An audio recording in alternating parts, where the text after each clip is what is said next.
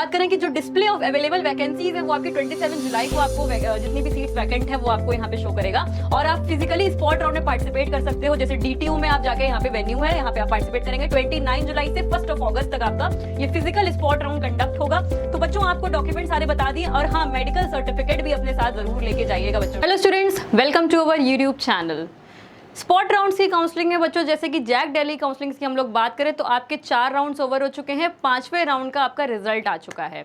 4th round तक कितने closing rank तक, कट ऑफ तक बच्चों आपको DTU या NSUT अलॉट हुआ है वो हम ऑलरेडी आपसे डिस्कशन कर चुके हैं। तो 5th राउंड में आप कितनी रैंक तक गया है और स्पॉट राउंड में क्या चांसेस बनते हैं वो सारी चीज़ें हम लोग देखने वाले हैं। तो बच्चों अब आपको क्या करना है, 5th राउंड का रिजल्ट आने के बाद अब आपको क्या स्टेप्स लेने हैं, नेसेसरी स्टेप्स, क्योंकि अगर आपने स्टेप्स नहीं लिए तो आपकी वो सीट कैंसिल हो सकती है। तो बच्चों उसके लिए आपको क्या करना होगा, 23 जुलाई को, जैसे कि मतलब आज आपका रिजल्ट आया हुआ है, आपको फिजिकल रिपोर्टिंग करनी है अपनी SAF पे करने के बाद। दैट मीन्स आपको जो 95,000 रुपीज़ यहाँ पे करने हैं वो आप अपने सबमिट करेंगे और इसके बाद आपकी सीट हो जाएगी कंफर्म भाई, ठीक है।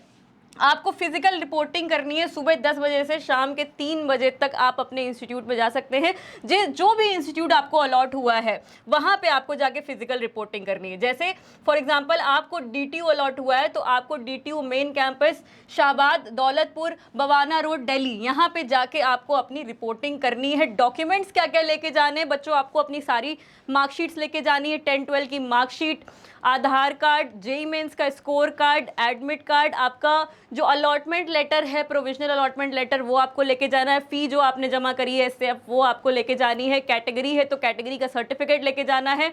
और अगर आपको बोनस पॉइंट आपके पास है IIIT दिल्ली के लिए तो वो आपको लेके साथ में जाना है। तो इतने सारे डॉक्यूमेंट्स आपको सारे लेके जाने हैं अपनी फिजिकल रिपोर्टिंग के लिए, ठीक है। तो आपने सीट अपनी जो मिली हुई है वो आपने फ्रीज कर ली है, अपनी ब्लॉक कर ली है सीट एक्सेप्टेंस फीस देके, ठीक है। जो बच्चे दिल्ली को बिलोंग करते हैं वो 24 जुलाई को जाएंगे फिजिकल रिपोर्टिंग के लिए। जो बच्चे अदर साइड दिल्ली के बाहर स्टेट को बिलोंग करते हैं वो 25 जुलाई को जाके अपनी रिपोर्टिंग कर लेंगे, फिजिकल रिपोर्टिंग, ठीक है। तो सीट फ्रीजिंग आपकी हो गई, आपने लॉगिन करके अपनी सीट फ्रीजिंग कर ली, ऑनलाइन ही अपनी कर सकते हो आप। बाकी आपको अपग्रेड करना है। अब इसके लिए जो लास्ट डेट है वो आपकी 25 जुलाई रहेगी, ठीक है। जो आपको सीट फ्रीजिंग का टाइम मिल रहा है वो आपके पास 25 जुलाई का है।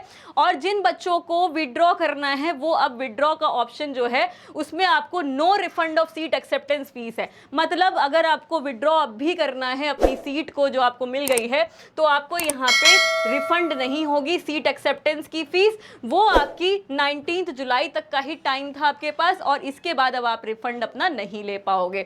तो बच्चों दैट मीन्स आपने जो फीस यहाँ जमा करोगे एक्सेप्टेंस की, ये आपको सोच के चलना है कि जो हमको कॉलेज मिल गया है DTU या NSUT में। फॉर एग्जांपल आज ही कई बच्चों के कॉल आए तो एक बच्चे का क्वेरी ये था कि मैम हमको मैकेनिकल मिल गई है तो हम IPU के कॉलेज में MAIT में जैसे हमको CS मिल रही है, MSIT में CS मिल रही है, तो हम क्या करें।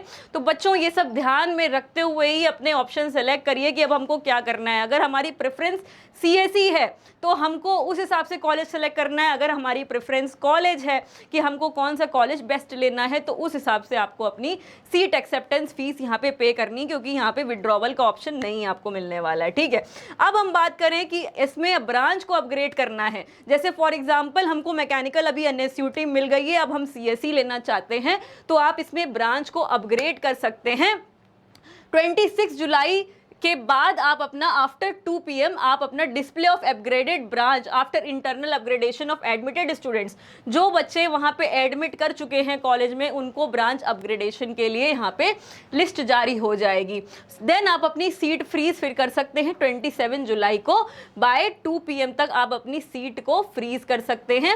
और अपना जो स्पॉट राउंड अगर कंडक्ट होता है, सीट वैकेंट होती है इसके बावजूद भी, तो इंस्टीट्यूट्स अपने ये स्पॉट राउंड्स कंडक्ट करवाएंगे। स्पॉट राउंड की जब हम लोग बात करें कि जो डिस्प्ले ऑफ अवेलेबल वैकेंसीज है वो आपकी 27 जुलाई को आपको जितनी भी सीट्स वैकेंट है वो आपको यहाँ पे शो करेगा और आप फिजिकली स्पॉट राउंड में पार्टिसिपेट कर सकते हो। जैसे DTU में आप जाके यहाँ पे वेन्यू है, यहाँ पे आप पार्टिसिपेट करेंगे। 29 जुलाई से 1 अगस्त तक आपका ये फिजिकल स्पॉट राउंड कंडक्ट होगा।